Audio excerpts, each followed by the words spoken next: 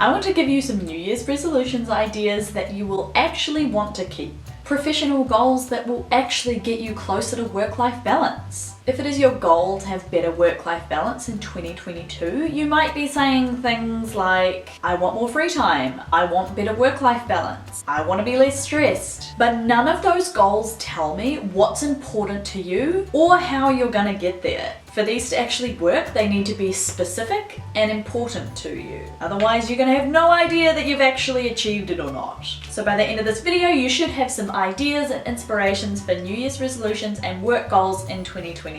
Disclaimer before we get started, I don't think that you should just be doing this at New Year's. I also think that you should give yourself a bit of grace to update these as you go, because you can become a new person any time of the year. You can just make the decision to do things differently at work. So, disclaimer aside, here are a few New Year's resolutions ideas that will help you get better work-life balance. I've split these into 5 main categories, and they are time, money, self-care, stress, and learning. If you find this video helpful, don't forget to like and subscribe, come say hi on Instagram, and let's get into it.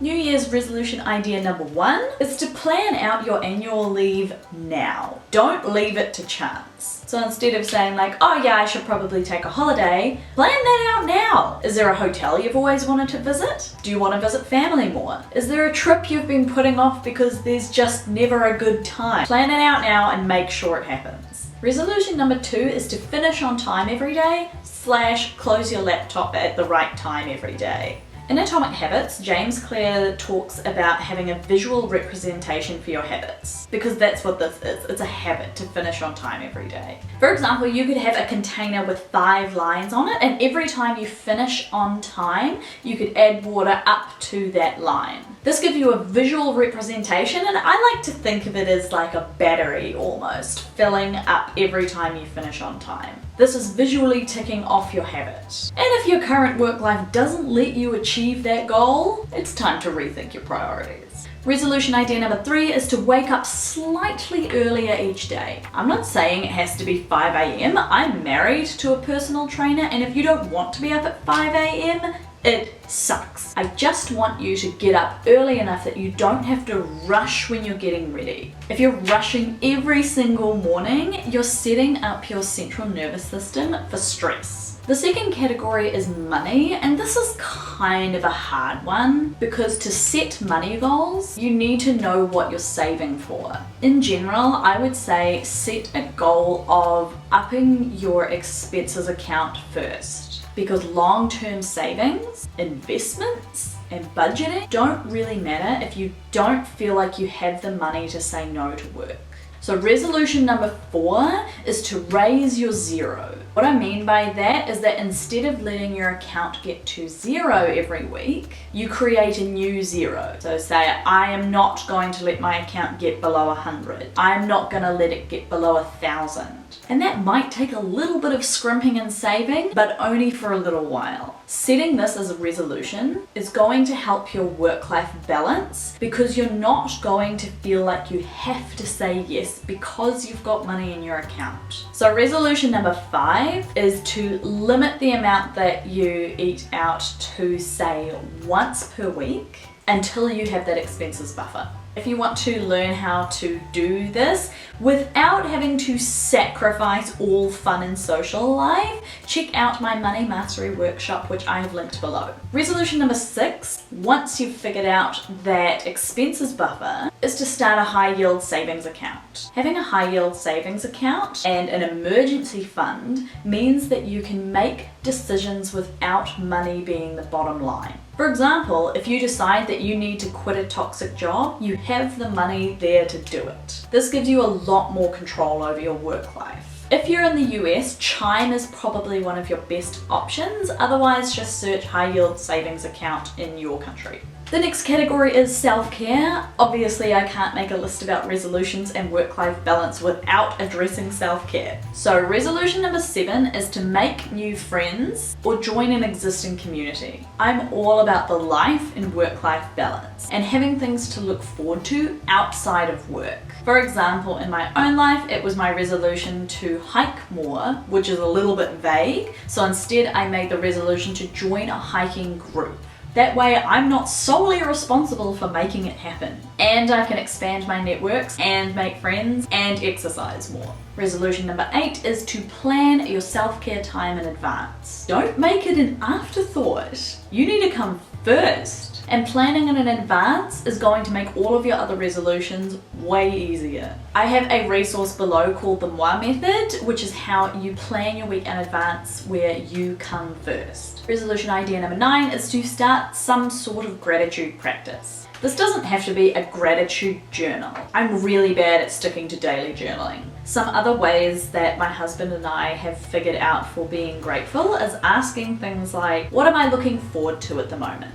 What went right today? Why are we lucky? Resolution category number 4 is to address stress. I find that stress comes when you feel overworked and like you're not in control of your decisions. When it feels like work has just kind of taken over your life. So let's set some goals around clearing mental clutter and taking back control. So resolution idea number 10 is to decide if you actually want to stay in your job for another year, or if it's time to start making an exit plan. If you've been in your job a while, it's easy to 1, get scared that people will judge you for throwing your progress away, and 2, get stuck in sunk cost fallacy, where you think you may as well stick it out because you've already put in this much time and effort. Your brain just makes excuses to stay. However, quitting in itself is progress overall, because it's helping you progress to what you actually want to be doing. It's not always best to never give up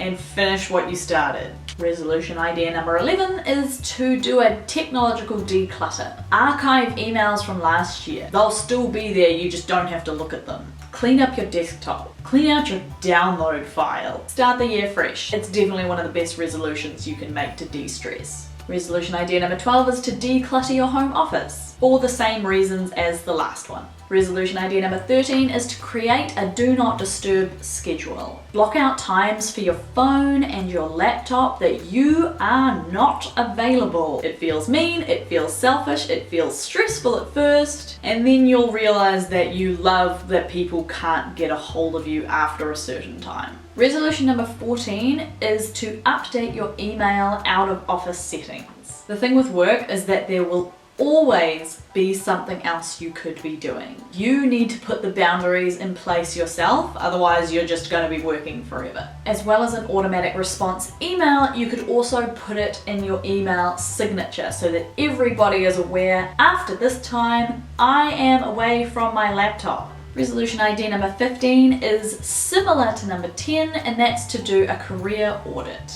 Imagine yourself 5 years ago, looking where you are now. Is this where you'd imagine you would be? Are you actually on track to your dream life? Does a dream life even exist? That's a whole other video in itself. Okay, we'll come back to that. People tend to underestimate how long 5 years really is. If you're not happy with where you're at and don't want to be in the same place 5 years from now, it's time to make some changes. The last category is learning, because I would hate for you to feel stagnant and like you're getting bored even if you enjoy your job. So resolution idea number 16 is to commit to learning something new. And give yourself a time frame, and make it a short time frame. Don't give yourself a whole year, because then you'll take a whole year. And a year is a really long time. Some examples that I'm going to be learning is things like digital illustrations, learning a new dance style, learning how to landscape my own garden. And you might notice that none of these have anything to do with work. They're just for me. Resolution idea number 17 is to learn how to network and break out of your friend groups. So to put that into a specific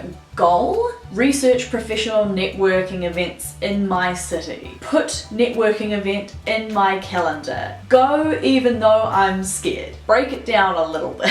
Idea number 18 is to do something you've never done before. Write a list of things you've never tried before. For example, until this week, I had never tried to mow the lawns before. Before this year, I had never run my own live event. Never drunk a whiskey on the rocks. I've never choreographed a dance routine. And this is what I mean by focusing on the life part of work-life balance. Find things outside of work to look forward to. Resolution number 19 is to read Atomic Habits by James Clear. If you've been on my channel for a little while, you know that I talk about him a lot. And it's because reading his book is going to make all of your other resolutions way easier because it breaks them down into bite-sized habits. And resolution idea number 20 is to subscribe to my channel so that I can remind you every single week to put yourself first and prioritize work-life balance. Thank you so much for watching. I hope that this gave you a few ideas for your New Year's resolutions. If you liked this video and found it helpful, make sure you like, subscribe, leave me a comment. I read every single one, and I will see you in the next video.